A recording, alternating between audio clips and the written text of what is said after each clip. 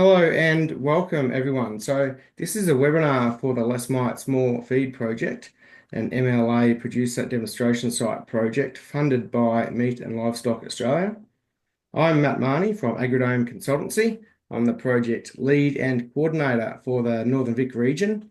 I oversee project activities and coordinate the project and extension activities in the northern region of Vic for the project. I'm also joined in alphabetical order here today by Aston Arthur from Caesar Australia and Rob Shea from Perennial Pasture Systems. So Aston is responsible for overseeing all of the bug assessments and reporting from each site, both northern and western Vic regions.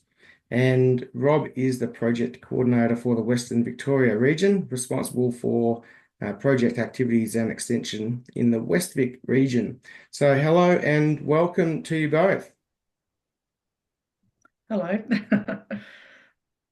So, today's webinar is an update for this project at the completion of year two of on-farm demonstrations.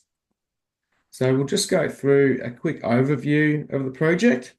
So as with all PDS projects, they are aimed at demonstrating best management practices. So there's nothing like seeing something on your own farm before putting it into practice for yourself. So the main objective is to demonstrate some clever online decision aid tools which are available on the Caesar website, in particular the resources page. So if not already, please be sure to look these up. They're a great resource. So what we have is two farmer networks participating concurrently in two different regions of Victoria, with demonstration sites in each of these regions. And we've got a site in Strathallan in Northern Victoria, which is a newly formed site for the last year. And we've also got two other sites, one at Mount Dryden and one at Mount Coal Creek in Western Vic. So these are new sites for the final year of the project, and they're looking at the newly revised TimeRight tool. So the sites were selected after assessing paddocks from the regional producer groups, and depending on where the mite infestations were found in the group's properties. And so once the sites were selected, treatments were imposed, and some measurements were taken to compare the treatments both before and after. The measurements that we're interested in to demonstrate the effectiveness of the treatments in response to using the decision aid tools are so firstly red-legged earth mite numbers, and also other species of insects as well, or invertebrates as well. So we're also using the MLA pasture ruler to estimate pasture dry matter responses, as well as a pasture species measurement chart, which you can see on the screen there. A very small version. If you squint, you might be able to see it. And this is just to monitor pasture species composition changes due to red-legged earth mite management practices. So we have also demonstrated and utilised the MLA pasture paramedic tool as part of this project in year one, and we've had lots of other online and interactive days in person as part of this project so far. So that's just a quick overview. So each step of the way, the relevant online decision aid tool was consulted and the outcome implemented. So, for example, we waited for the hatch tool to tell us that the majority of mites should have hatched for our host farm location before we went looking for red-legged earth mite. The hatch timing tool is a nifty tool because you can go too early and find no mites and assume there weren't any. However, using this tool ensured we were looking for mites at the right time. So you can use this to know or to be on the lookout, and it's a nifty little tool if you're not used to it or used it before. Jump on the resources page and look for it. So the online decision aid tools can be found on the Caesar Australia resources page, and the address is shown on the slide. So there are three different tools developed for pardon me, for helping with the red-legged earth mite management. So the hatch tool, as mentioned, can be used to let us know when we should be looking or when those red-legged earth mites are expected to be hatching in our area and when we can start looking for them. And so it's helpful for that. Then also non-residual insecticides used before the red-legged earth mites hatch would ultimately be a waste of time. So and also possibly lead to chemical resistance in other species as well. So a couple of good reasons to be using the hatch timing tool there. The other tool is the risk tool, and that gives us an indication of the severity of the red-legged earth mite given past history events, such as the crop grown and management strategies used in the year prior. And so this tool tells us what our risk is likely to be in the coming season. And then finally, the time right tool. So the third tool of the three that we're demonstrating. And this is used in the lead up to springtime, and it gives us a date based on our location, which is the time recommended to spray the red-legged earth mite to reduce the oversummering eggs, which will otherwise give rise to a new population of red-legged earth mites the following autumn. So as mentioned, this has had some revision recently, and the latest version is what we are looking to assess in the final year of this project. So now I'll hand over to Aston to give us an overview of red-legged earth mite biology, life cycle, and the decision aid tools, and some recent data collected, and just what has been done to revise the new time right tool. So thank you, and over to you, Aston. Thanks, Matt. I'm just going to share you might have to, I think I've just sent a request to be able to share. Yep, So that's done. that's done. All right.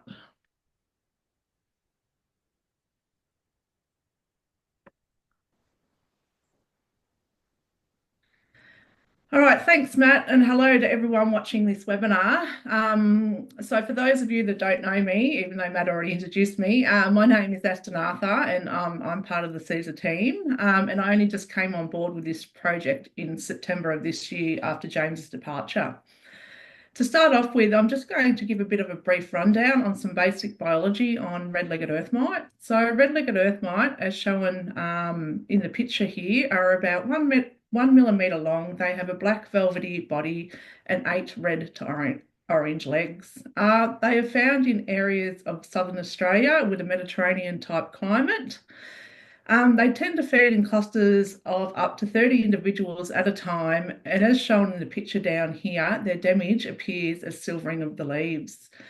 They attack a wide range of plants, with clover, medics, forage brassicas, and canola being most susceptible, and they are most damaging in autumn at seedling establishment, where their feeding can cause reduced plant growth and plant death, leading to reduced feed for livestock and reductions in seed yields.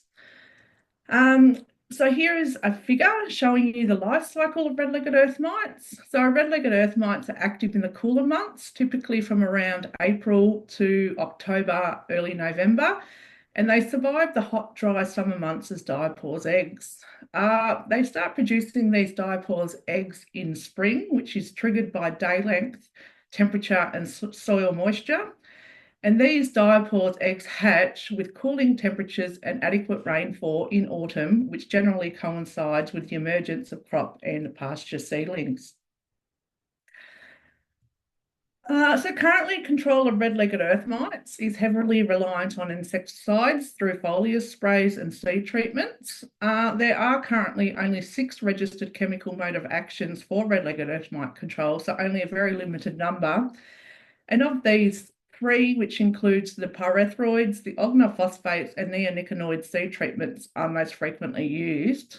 However, red-legged earth might have evolved resistance to both pyrethroids and organophosphate chemicals. And here are some maps showing you where resistance is currently present in southern Australia. This here is the pyrethroid resistance map, and the other one here is the organophosphate resistance map, with the orange circles showing where resistance has been detected for these chemical groups, and the blue circles being susceptible sites that have been tested. And as shown in these maps to pyrethroids, resistance to pyrethroids and organophosphates is widespread in WA, as shown here, and is also present in parts of WA, including the southeast region, Kangaroo Island, the Fleur Peninsula, and the mid-northern region. Organophosphate resistance has also been detected in Victoria in the north central region and also in the Wimmera region just near the South Australian border. All right, so Time-Right can be an effective management option for controlling red-legged earth mite following autumn, and this is what we are looking at in these pasture demonstration trials. So Time-Right is a tool that was developed by CSIRO over 20 years ago and predicts the best date for spraying red-legged earth mite in spring to limit diapause eggs produced, resulting in a reduction in the number of oversummering diapause eggs, which will reduce the number of red-legged earth mite hatching and associated damage caused by them the following autumn. So as James discussed in the last webinar, and as Matt mentioned, there have been some updates undertaken to the Time-Right model as a result of shifts in climate over the last couple of decades, and also recent research showing that temperature and moisture can also impact red-legged earth mite diapause timing. These updates are also based on the use of a long-term residual pesticide, such as a methoate, also known as LEMAT, and these updates are expected to significantly increase the effectiveness of this strategy. So as a result of these updates, the optimum spray dates have shifted earlier in the season, and in some cases it's up to a month earlier, depending on the location. Here is a table just showing you some areas within Victoria, New South Wales, South Australia, and WA, with the old Time-Right date here and the new dates based on the updates. And as you can see, the dates are at least a couple of weeks earlier for this new Time-Right model here. For instance, just as an example, Ararat. At Ararat, the old Time-Right date is the 13th of October, and the new updated Time-Right date is the 19th of September. So I noticed last week that these Time-Right updates are now on the AWI website through this website up here, or just by Googling Time-Right. So when you go to this webpage now, this is what you will see to get your Time-Right best spray date. So you just need to enter your postcode as opposed to previously having to enter the GPS points. And then when you enter your postcode, it gives you the best spray date for that region or area, which is just shown here for Ararat, which was the 19th of September. But it also gives you a date range called the Time-Right best window of opportunity, which is also this grey shaded area in the graph here.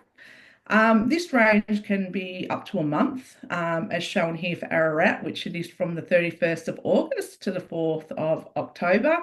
And spraying within that window of opportunity can still give you very high levels of control, which does allow more flexibility with the timing of the spray. I just thought it was important to note that Time-Right should only be used in certain situations, given the development and increase in cases of insecticide resistance in red-legged earth mite. So Time-Right should only be used if the risks of red-legged earth mite impacts in the next season are high, which could include having high red-legged earth mite numbers in spring, and you were looking at planting a susceptible crop such as a legume-dominated pasture or canola the following season. To help you predict red-legged earth mite risk, there is also a recently updated best management practice guide for red-legged earth mite that has been published on the GRDC website that can help you predict this risk, but also gives some great management guidelines for red-legged earth mite. You can also use the seasonal pest risk tool that is on the AgPest website, which James spoke about in the last webinar and Matt mentioned as well. So you can, if you just Google seasonal pest risk tool, that should come up. Also, another important factor when considering Time-Right is ensuring that the mites are predominantly red-legged earth mite, as Time-Right is not effective on other pasture pests. as there are a number of other pasture pest mites present in the field that can easily be confused with red-legged earth mites, and these can include the blue oak mite, Bryobia mite, and Balaustia mite. Blue oak mites are probably most commonly confused with red-legged earth mites because they're very similar in shape and they've got the 8 red legs. However, blue oak mites sort of have a bit of a purplish, bluey, grey colour body, and they've also got this oval orange-red marking on their back, which is an anal shield. Bryobia mites are a little bit smaller than red-legged earth mites. They tend to have a bit of a flattened body and have these long front legs. And Balaustia mites are almost double the size of red-legged earth mites. They've kind of got a bit of a hairy appearance, furry appearance, and they've also got these little pads on their feet. Another distinguishing factor with red-legged earth mites is that they, as I mentioned before, they tend to feed in clusters of up to 30 individuals, whereas these guys generally feed singularly. I know Matt's already sort of given a bit of a brief overview, but for the final year of this project, it was decided that we're going to test the effectiveness of the updated time-right date and compare it to the old time-right date. So when I came on board in September, we had to find some new sites to test this, given that the previous sites' red-legged earth mite numbers were quite low. We were fortunate enough to find 3 sites with reasonable red-legged earth mite numbers. And the growers at each of these sites have been very accommodating and have conducted all the spraying. So thanks to those guys. There is 1 site in the northern region on Murray's property and 2 sites in the western region on Wayne and John's property. At each site, we have 3 plots set up, an unsprayed plot, which is the untreated plot, 1 plot that was sprayed at the updated time-right date, and 1 plot that was sprayed at the old time-right date. So the time-right sprays were applied with a methylate, which is also known as LEMAT, which the new models took, in which these were with the new model. And at each of these sites, numbers were assessed prior to the time-right sprays and then again after the time-right sprays, just to check that the sprays had worked. Sampling for red-legged earth mite numbers occurred in a transect along the middle of each plot with 8 random samples taken along that transect. Just to note that we're not going to see the results of these time-right sprays until autumn next year after red-legged earth mite hatch, as these plots were only just sprayed this year. So now I'm just going to go over each of the sites that we set up. So the first site is in the northern region on Murray's property in Strathallan, and the setup within that paddock is shown in the map here. So we have the untreated plot here, the old time-right date plot here, and the new time-right date plot here. And the assessments were done sort of within the middle of each of these plots along here. I've also included here the new time-right date for this site, which was the 1st of September. And this spray was applied on the 10th of September, which was about 9 days after that best spray date, which was due to the turnaround of having to find a new site, along with me only just starting on the project in September, but it was still undertaken within that window of opportunity. The old time-right date was on the 19th of September, and this was applied on that date. So here are the red-legged earth mite numbers that were present at the Strathallan site. So the y-axis here is the number of red-legged earth mite per metre square, and here are each of the treatments with the untreated, the old time-right date, and the updated new time-right date. Now, the dark green plot here is the number of red-legged earth mite that were present prior to the time-right spray.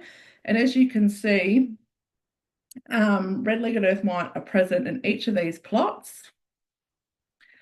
Prior to the time-right spray at around 2,500 to 4,000 mites per metre square. The light green plot here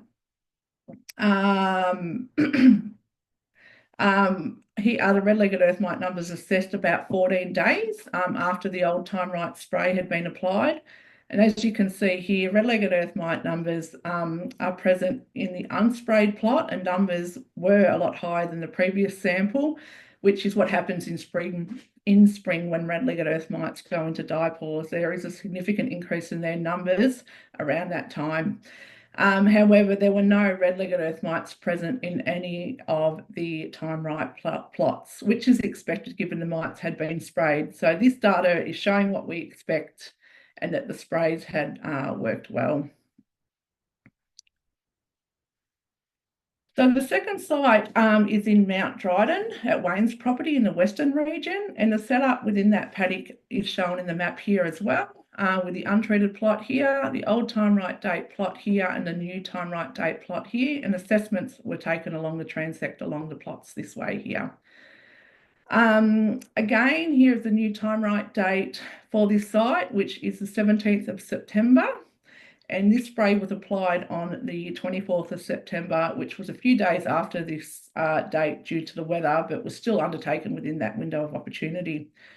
The old time right date was the 18th of October, and this spray was applied the day after. And as you can see, there is actually a month between these time right dates, which is quite a big difference.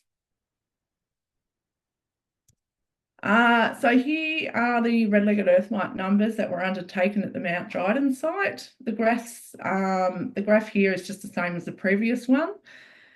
As you can see, red-legged earth mites are present in each of the plots prior to the time right spray at around 900 to 1,000 mites per metre square, and numbers were pretty consistent between plots. Unfortunately, we didn't get red-legged earth mite numbers after the time right sprays, as we went there around 10 days after the old time right spray had been applied, and either no or very little red-legged earth mites were present in any of those plots, which I believe the red-legged earth mite had died off for the season due to the very dry season, due to the very dry spring within that region. So the third site is in Mount Coal Creek at John's property in the Western region, and the setup within this paddock is shown here in the map here again, with the untreated plot in the middle, the old time right date plot here, and the new time right date plot here, with assessments taken along the transect along the middle of these plots along there. Again, here is the new time right date for this site, which was the 18th of September, and this was applied on the 24th of September, which was a few days after the date again due to the weather, but was still undertaken within that window of opportunity. The old time right date was the 18th of October, and this spray was applied on this date. And as with the previous site, there is also a month between these time right dates. So here are the red-legged earth mite numbers that were undertaken at the Mount Coal Creek site. This is pretty similar to the Mount Dryden site, with red-legged earth mites present in each of the plots prior to the time right spray at around 1,100 to 1,400 mites per metre square. And these, again, were pretty consistent between the different plots. Unfortunately, as in the previous site at Mount Dryden, we again haven't gotten the red-legged earth mite numbers after the time right sprays due to the red-legged earth mite dying off for the season due to the dry spring. This is, yeah. So next year in 2025 is when we are going to see the results from these trials and see whether there are any differences between the effectiveness of the different time right dates. So we'll be undertaking samples at each of the sites in autumn after red-legged earth mite have hatched, and then assessments will also be undertaken a couple of times throughout the season. So that wraps it up until next year. Over to you, Matt. Fantastic. Well, thanks for that, Aston. Really appreciate that. And yeah, that brings us to the end of our webinar. I would just like to thank all of the producers. Again, you, Aston, for all of your hard work, and Rob, and looking forward to catching up again in 2025 and seeing how our autumn counts go and pastures come along. Hopefully we get a better season next year. No worries. Thanks, Aston and Matt. Good work. Terrific. All the best. Yeah, See you later. all right. Bye.